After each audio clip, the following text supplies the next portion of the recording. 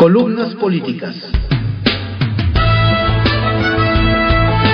Continuamos con la audiosíntesis informativa de Adrián Ojeda Román, correspondiente al jueves 15 de febrero de 2024. Demos lectura a algunas columnas políticas que se publican en el portal de CCO Noticias y algunos diarios de circulación nacional.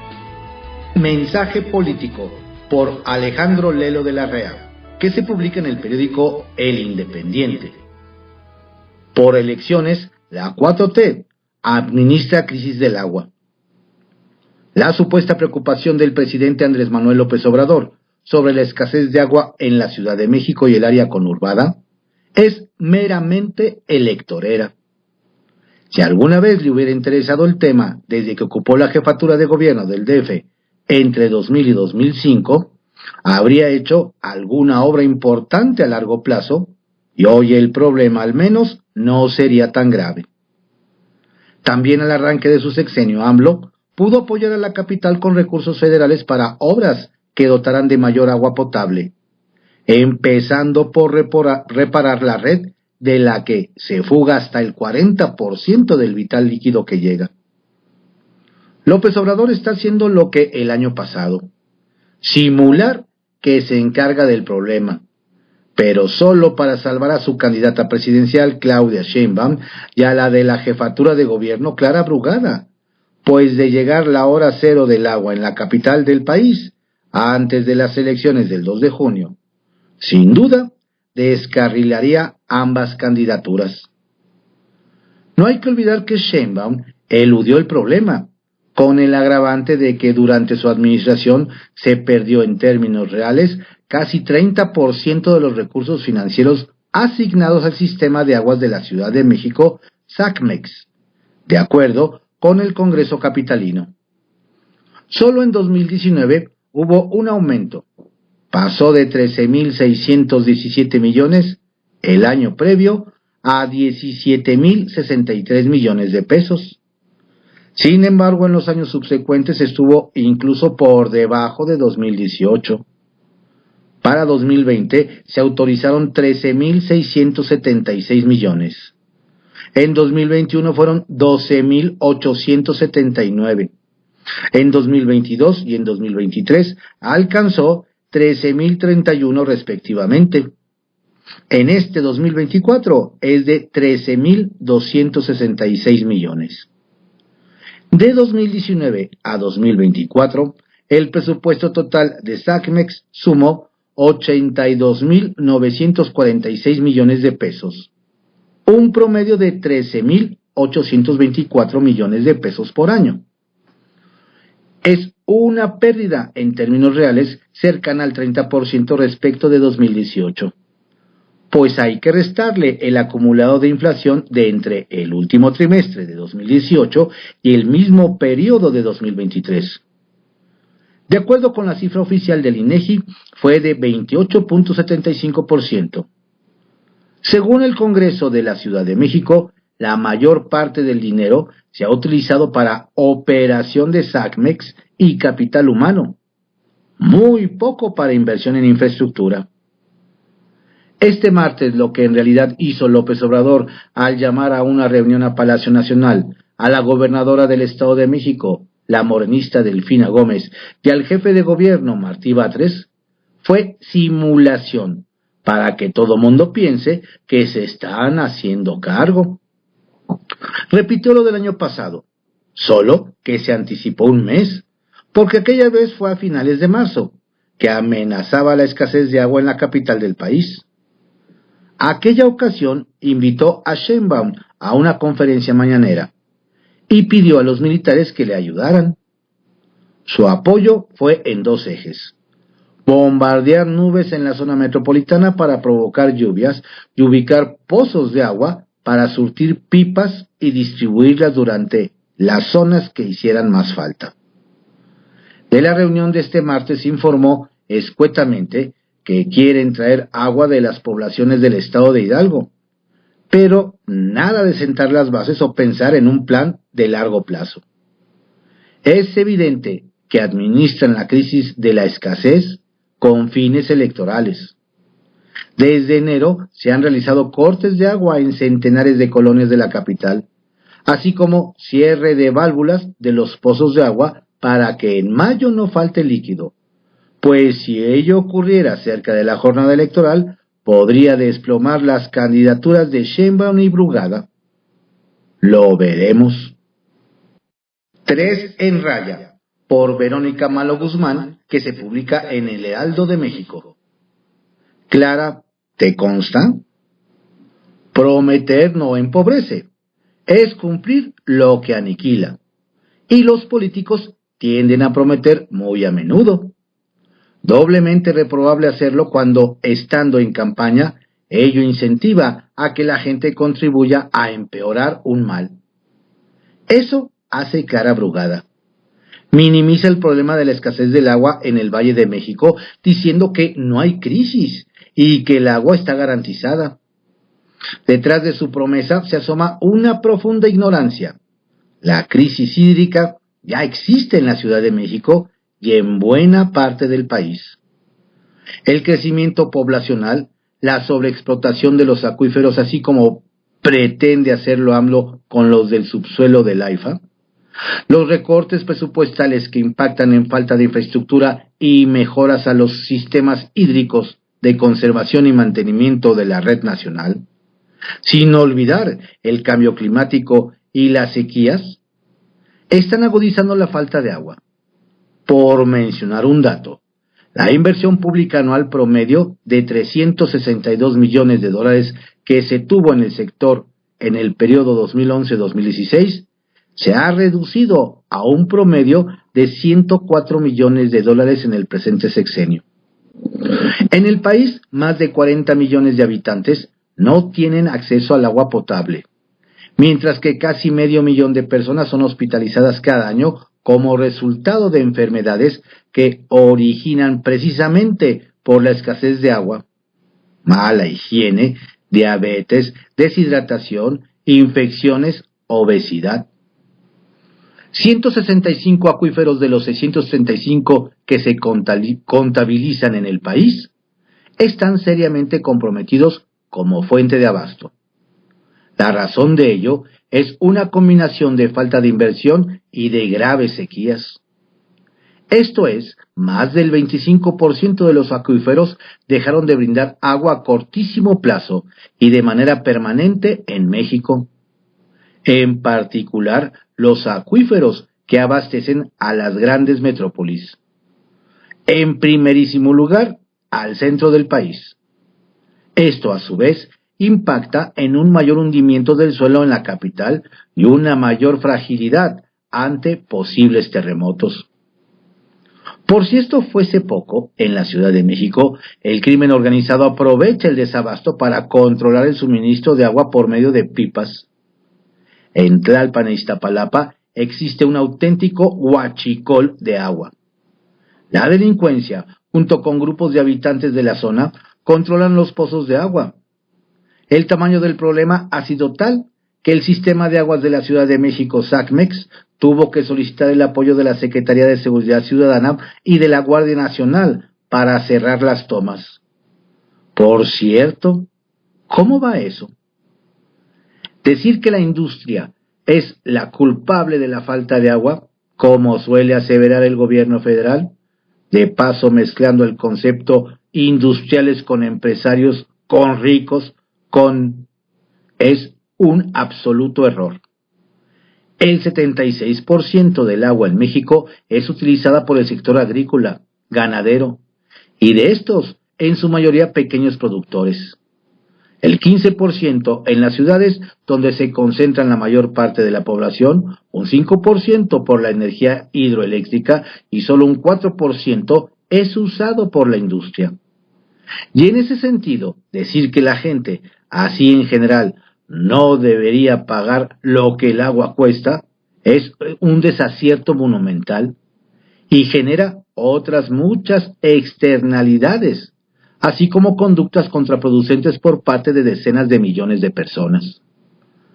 Con esta y otra información igual o más desalentadora, ¿cómo es que Brugada promete que no habrá desabasto? ¿En qué basa sus dichos? ¿Cuál es su plan de inversiones magnas para revertir la crisis existente? Si su posición se sustenta en lo que dijo López Obrador apenas ayer en su mañanera, se garantizará el suministro de agua en la Ciudad de México y Estado de México y se tendrá un acuerdo con Hidalgo para traerla. Temo informarle que la realidad ofrece otros datos. No fue AMLO quien dijo que extraer petróleo era tan sencillo como perforar el suelo. La crisis hídrica en el país, pero en especial en el Valle de México, no se puede tomar a la ligera, así como lo hace la candidata de Morena a la jefatura de gobierno. Precisamente por no tratar el asunto con seriedad, más de 20 años de carecer de un programa generalizado de detección y reparación de fugas, es que administraciones obradoristas no han metido o han permitido que nos adentremos en la trágica situación en la que hoy nos encontramos en la capital del país. A febrero de 2024, prometer sin sustento no únicamente es una mala idea, es un sinsentido y una falta de compromiso con el futuro de quienes se dice se busca gobernar. Horas extras, por Daniel Lee, que se publica en el portal de CCO Noticias. Whisky Lucan, llamado a la acción en medio de la tormenta ambiental y económica. En medio de la serenidad que alguna vez caracterizó a los bosques de Whisky Lucan, hoy se levanta una tormenta que no solo amenaza la naturaleza, sino que arremete ferozmente contra la economía local y el sustento de sus habitantes. El activista social y aspirante a la presidencia municipal, David Jiménez García, alerta sobre los estragos de la escasez de agua y la proliferación de plagas, trazando un panorama sombrío que exige atención urgente. David Jiménez García, quien fuera octavo regidor de Cabildo, advierte que la crisis hídrica ha alcanzado niveles críticos. Esta, añade, no es simplemente una sequía, es un embate que afecta a la salud, la agricultura y la industria. Según el Instituto Mexicano de Tecnología del Agua, el 85% del país enfrenta condiciones de sequía, aumentando el riesgo de conflictos por el acceso al vital recurso. La calidad de vida de la población está en juego, al igual que la viabilidad de sectores claves de la economía local. Los bosques de Whisky Lucan, refugio de especies endémicas y custodios de servicios esenciales, enfrentan una pérdida alarmante de biodiversidad. Estos bosques, más que simples paisajes, son arquitectos de la adaptación y mitigación al cambio climático, proporcionando servicios cruciales como la captura de carbono, la regulación hídrica y la prevención de la erosión. La afectación de estos servicios resuena no solo en la ecología local, sino también en la capacidad de la región para afrontar desafíos ambientales a largo plazo. Y mire, estimado lector, la crisis no es solo ambiental, es una tormenta económica que azota directamente a las comunidades dependientes de la producción forestal y agrícola. La pérdida de ingresos y empleo se suma a la vulnerabilidad exacerbada por la pandemia, empujando a trabajadores hacia la informalidad y aumentando la fragilidad social y financiera de miles de familias. Así también, el estrés hídrico en Whisky Lucan no se limita a fronteras locales. Sus implicaciones se extienden a nivel nacional. Advertencia del MIT, Sloan Review, señalan que la crisis hídrica podría desencadenar la pérdida de inversiones claves y un aumento en la deuda pública de México. La limitación de oportunidades de desarrollo y bienestar plantea un desafío significativo para el crecimiento económico sostenible de la región. David Jiménez García, quien es oriundo de una de las comunidades más altas de la localidad y que por cierto hoy está en la contienda interna de Morena a la presidencia municipal de Whisky Lucan, hace un llamado. Se necesita una acción inmediata y coordinada de las autoridades locales, nacionales e internacionales. La restauración de los ecosistemas, la gestión sostenible del agua y el apoyo a las comunidades afectadas son pasos cruciales para mitigar los impactos económicos y ambientales. En Huixquilucan, la tormenta no solo está en los cielos, sino también en la necesidad imperante de cambiar el rumbo hacia un futuro más sostenible.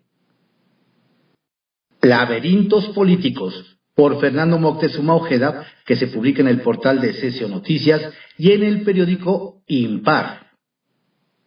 En medio de la riqueza cultural y biodiversidad que caracteriza a México, una sombra amenazante se cierne sobre nuestra nación: la crisis del agua. Esta emergencia silenciosa pero devastadora plantea desafíos sin precedentes que exigen una respuesta inmediata y coordinada. A pesar de que tenemos décadas escuchando sobre este problema, la realidad nos golpea en la cara cada vez con más fuerza y menos tiempo para actuar. La advertencia de la Organización de las Naciones Unidas sobre la duplicación de las sequías para el año 2050 pone de manifiesto la gravedad de la situación. Más aún, la Comisión Nacional del Agua, CONAGUA, declaró esta semana que estamos ya a menos de 133 días del llamado Día Cero, fecha en que los niveles de las presas que abastecen a más de la mitad de la Ciudad de México y municipios conurbados del Estado de México, regiones como el norte y el centro del país, ya experimentan los efectos de la escasez hídrica, afectando sectores fundamentales como la agricultura y la vida cotidiana de millones de mexicanos. Los ecosistemas acuáticos, verdaderos bastiones de diversidad biológica, están en riesgo. La escasez de agua amenaza la supervivencia de numerosas especies, alternando los delicados equilibrios naturales que sustentan la vida en nuestro país. La agricultura, pilar de la economía mexicana, sustento de muchas comunidades y proveedor de prácticamente todo el país, enfrenta tiempos difíciles. La disminución de las cosechas y la calidad de los alimentos amenazan la seguridad alimentaria y profundizan la vulnerabilidad de los más necesitados. Por si fuera poco, la falta de acceso al agua agrava las desigualdades sociales, afectando de manera desproporcionada a las comunidades de por sí marginadas. La educación, la salud y las oportunidades de desarrollo se ven truncadas por la escasez de este recurso vital. En este marco, la lucha por el agua puede convertirse en un factor desestabilizador, generando conflictos locales y regionales. La distribución equitativa del recurso se convierte en un desafío político y social que requiere una atención inmediata. Resulta inminente y apremiante adoptar prácticas sostenibles en todos los ámbitos de la sociedad. La reutilización del agua, la captación de lluvia y la gestión eficiente de los recursos son medidas cruciales para enfrentar esta crisis. La modernización de la infraestructura hídrica es una prioridad urgente y responsabilidad de los 3 órdenes de gobierno. Se requiere una inversión significativa en sistemas de almacenamiento, tratamiento y distribución de agua para garantizar el acceso a este recurso. La sociedad mexicana debe tomar conciencia de la gravedad de la crisis y adoptar un papel activo en su resolución. La educación ambiental y la sensibilización son herramientas poderosas para impulsar el cambio. Además, los gobiernos a nivel local, estatal y federal deben trabajar de manera coordinada para desarrollar políticas integrales que aborden la crisis del agua de manera efectiva. La cooperación regional es fundamental para enfrentar un problema que no reconoce fronteras. En este momento crítico, el futuro de México está en juego. Más allá de temporadas electorales, filias políticas y distinción de colores, la crisis del agua es una llamada de atención que no podemos ignorar. Debemos dejar de lado nuestras diferencias y colaborar en un esfuerzo conjunto para proteger este recurso vital a fin de garantizar un futuro sostenible para las generaciones venideras. Historias de reportero, por Carlos Lórez de Mola, que se publica en el periódico El Universal. El ejército cobra un impuesto secreto en el AIFA.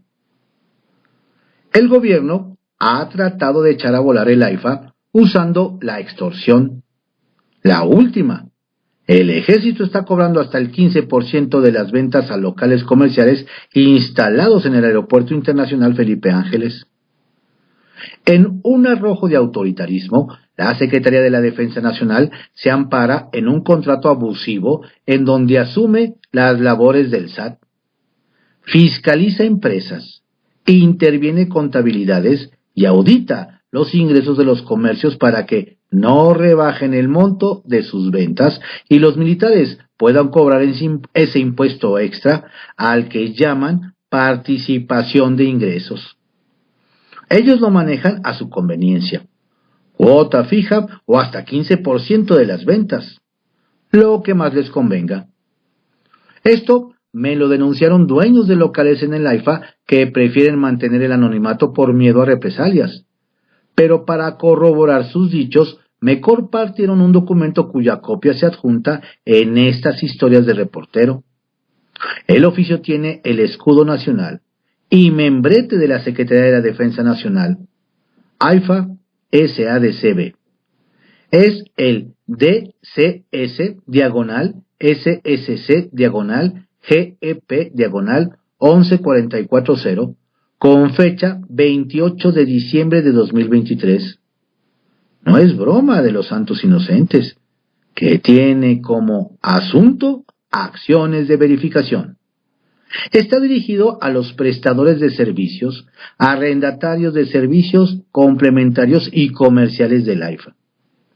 En el documento acusa que hay locales comerciales que no están reportando fielmente sus ventas al ejército. Se hace de su conocimiento que la dirección de administración de esta empresa, AIFA, informó a esta dirección comercial que se han detectado diferencias en los ingresos reportados y la facturación correspondiente a las ventas en este aeropuerto por parte de algunos prestadores de servicios y arrendatarios. Señala el documento y establece dos líneas de acción.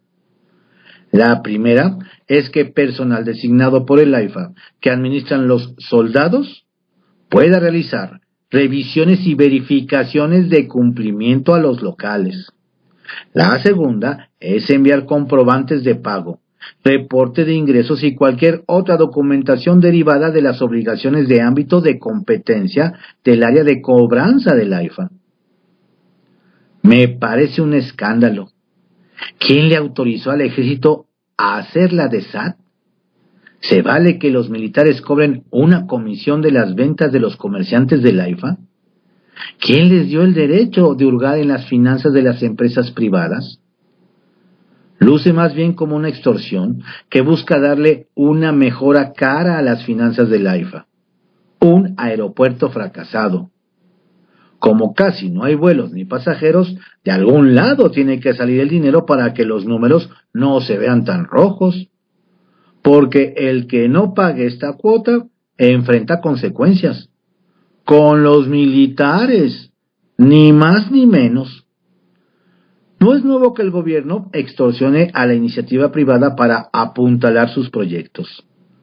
En el caso del AIFA, la primera extorsión la hizo el presidente López Obrador contra las aerolíneas, cerrándoles espacios en el aeropuerto Benito Juárez para que, a fuerza, tuvieran que irse al AIFA. La segunda extorsión la hicieron los propios militares. Hablaron con locatarios de la ICM para decirles que si no abrían sucursales en el AIFA, iban a perder sus locales en el ICM, que es donde está el negocio porque ahí sí hay vuelos y pasajeros. Extorsionando, solo así. Y ni así. En privado, por Joaquín López Dóriga, que se publica en el periódico Milenio. De las benditas a las pinches redes. En uno de sus giros constantes, el presidente López Obrador ha pasado de bendecir a maldecir las redes sociales. Ya no hay más benditas redes. Todo porque a los 5 años de su gobierno ha venido perdiendo inexorablemente el control que a través de sus bots y extensos presupuestos ejercía sobre ellas. En ese escenario, todos los días tiene un espacio para medios tradicionales a los que no se cansa de execrar, salvo excepciones, claro.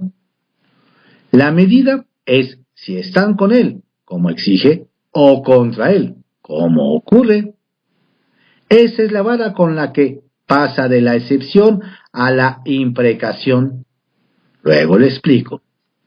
En el caso de su régimen, donde ya empieza a sentir cómo se alargan las sombras del atardecer en las redes sociales, se han extendido y endurecido campañas en su contra con la misma virulencia y montos con las que su oficina las ha operado hasta ahora, que lo hicieron el rey de este mundo digital.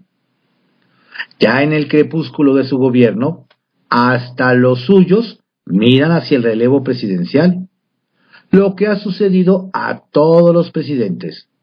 Por más que me digan que este es único, excepcional, en el non plus ultra, cuando, de ser eso cierto, también lo que es su entorno y la condición humana, miserables como él, ha fomentado. No cambia, porque si como proclama su feligresía López Obrador es diferente, la naturaleza de quienes lo rodean no, y mantienen su ruindad, sus ambiciones que él ya no les satisface, y por eso buscan quien sí, y giran hacia Claudia Sheinbaum, como si ya tuviera algún compromiso con los equipos de gobierno, o si el que tiene con el presidente se extendiera a sus cortesanos. Por eso este largo anochecer, López Obrador las maldice, pinches redes, y no ha visto nada. Retales. 1. Portazo. Anoche venció el plazo para ratificar al impresentable de Genaro Villamil en el cargo de presidente del Sistema de Radiodifusión del Estado mexicano, como lo propuso López Obrador, y fue ignorado por el Senado, donde ni siquiera se mencionó el tema. Así que adiós. Ahora vendrá la revisión de sus cuentas, por más que diga que se va al equipo de Claudia Sheinbaum, lo que es falso. 2. Guerrero. Sale la fiscal de Guerrero, Sandra Luz Valdovinos, ante el Estado fallido en seguridad. Lo último fue la reunión de 4 obispos con jefes del crimen organizado a los que pidieron tregua, y esos seres humanos, versión AMLO, se las negaron. Y 3. Marín. El Tribunal Electoral Federal revocó la sentencia contra el reportero Carlos Marín, a quien la gobernadora Laida Sansores acusó de violencia política de género. Obvio, el Tribunal de Campeche dio la razón a su gobernadora, pero el del Poder Judicial de la Federación lo revocó. Respuesta a los excesos de poder en los tiempos estelares de la 4T. Para celebrar que la verdad se imponga a la arrogancia de la sinrazón y del poder. Arsenal, por Francisco Garfias, que se publica en el periódico Excelsior. Bofetada a las madres buscadoras. Catarino Erasmo Garza Rodríguez es un periodista revolucionario que en el siglo XIX luchó contra la dictadura de Porfirio Díaz. Es uno de los héroes y guías de Andrés Manuel López Obrador. Hasta un libro le dedicó. Hace casi 129 años murió en el exilio en Panamá. Al presidente se le metió entre ceja y ceja localizar, exhumar y repatriar sus restos. Puso manos a la obra. Con la diligencia que actúa cuando hay línea de palacio, el oficialismo en el Senado autorizó ayer la salida de 20 elementos de la Sedena que junto con la Comisión Nacional de Búsqueda van a participar en esa tarea. Morena y Rémoras mayoritearon. aprobaron en el Pleno la salida de los militares mexicanos del 19 de febrero al 16 de abril próximo, no sin encontrar oposición de senadores y senadoras vinculados a la defensa de los derechos humanos. Una de ellas, la emesista Laura Ballesteros, se queja de que los legisladores de Morena jugaron con ella al ratón loco, a sabiendas de que se oponía a los planes de López Obrador.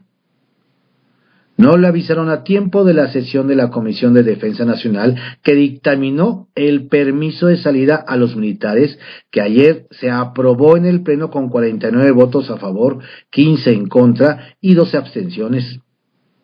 Ballesteros sostiene que es lamentable y ridículo que los militares realicen labores de búsqueda junto con la Comisión Nacional de Búsqueda.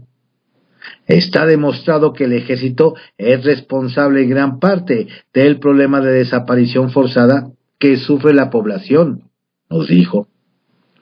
No se entiende tampoco por qué el presidente dedique tiempo, dinero y recursos a la localización de un periodista combatiente que murió hace más de un siglo y que aquí niegue respaldo financiero a los colectivos de búsqueda para localizar a desaparecidos. Las madres buscadoras, por ejemplo, no solo enfrentan la indiferencia, los desaires y la falta de apoyo del gobierno de López Obrador. Se juegan la vida en la búsqueda de sus seres queridos. En los más de 5 años que lleva en Palacio Nacional, el presidente no ha querido recibir, mucho menos destinar recursos para apoyar las labores de búsqueda. Dice que es politiquería en su contra. Ve conspiraciones por todos lados. Este vacío del gobierno, de la transformación, ha llevado a las madres buscadoras a difundir videos en los que suplican a las cabezas de los cárteles de la droga que no las maten, solo por querer encontrar a sus seres queridos. Y es que desde 2021 han sido asesinadas en México 9 buscadoras y buscadores en diferentes estados, de acuerdo con la asociación civil Educa. Tan solo el año pasado se reportaron 4.456 agresiones a defensoras de derechos humanos, siendo las madres buscadoras el grupo más afectado. En lo que va de este año, ya van 2 ataques mortales. El pasado 15 de enero fue secuestrada en Salamanca, Guanajuato, Lorenza Cano. Antes de llevársela, asesinaron a su esposo y a su hijo.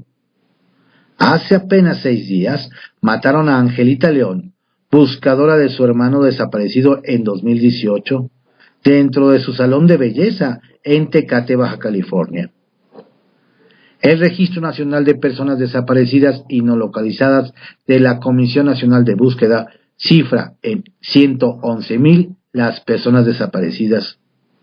Aunque ahora el gobierno trae un censo para desaparecer a los desaparecidos, según organizaciones de derechos humanos. Se calcula que existen aproximadamente 2.700 fosas clandestinas. No encontré mejor definición para sintetizar lo arriba contado que la que nos dio el senador Emilio Álvarez y Casa, exsecretario ejecutivo de la Comisión Interamericana de Derechos Humanos. Es una mentada de madre.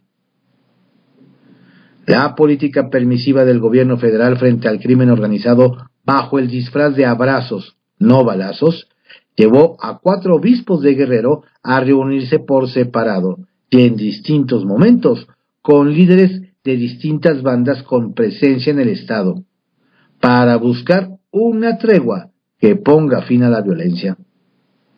La revelación la hizo ayer el obispo de la diócesis de Chilpancingo, Chilapa, José de Jesús Hernández, al término de la misa del miércoles de ceniza, en la capital del estado. La tregua, sin embargo, no se pactó. Los líderes de los grupos criminales se niegan a soltar territorios que les han costado vidas.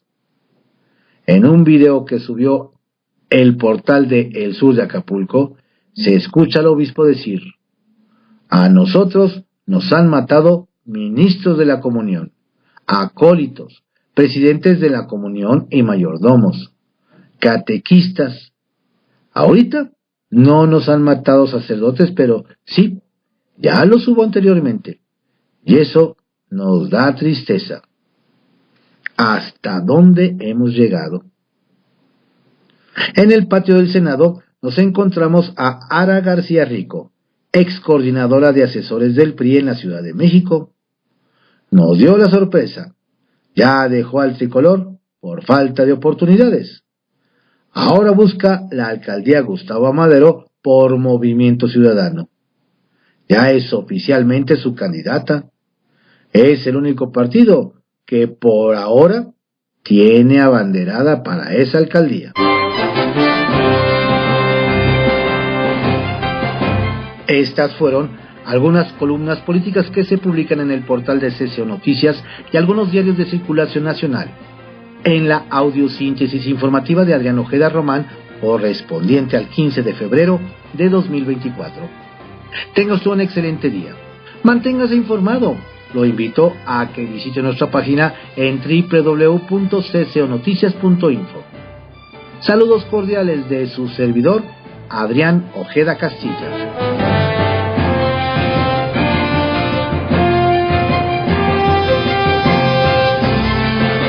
La audiosíntesis informativa fue creada por Adrián Ojeda Román en 1971 y actualmente es producida por Corporación Comunicativa Ojeda, CCO Noticias.